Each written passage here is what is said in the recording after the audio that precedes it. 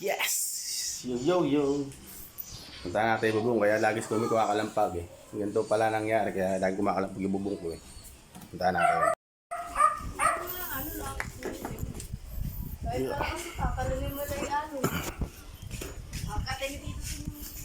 Yeah. Kaya pala lagi kumakalampag eh. Yeah.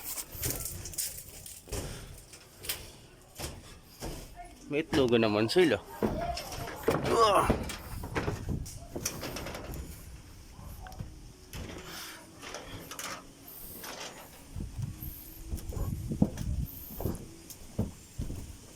Dumi na, hindi pa nalilinis. Kaya pala lagi siyang umakalampa. May ginagawa rito tong manok na to. Ayun, basa na ang itlog. Pumutok na siya. Kaya pala ang baho. Ay, dahil itlog ang dyan pa. Magaling kang manok ha.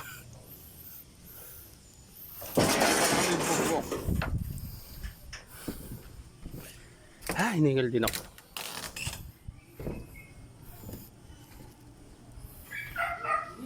Ito iba, nangingitlog pa rito ibang manok eh.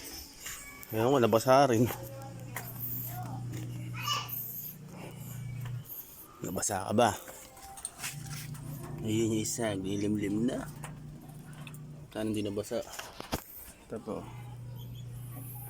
Hindi naman nabasa. Mukha lang.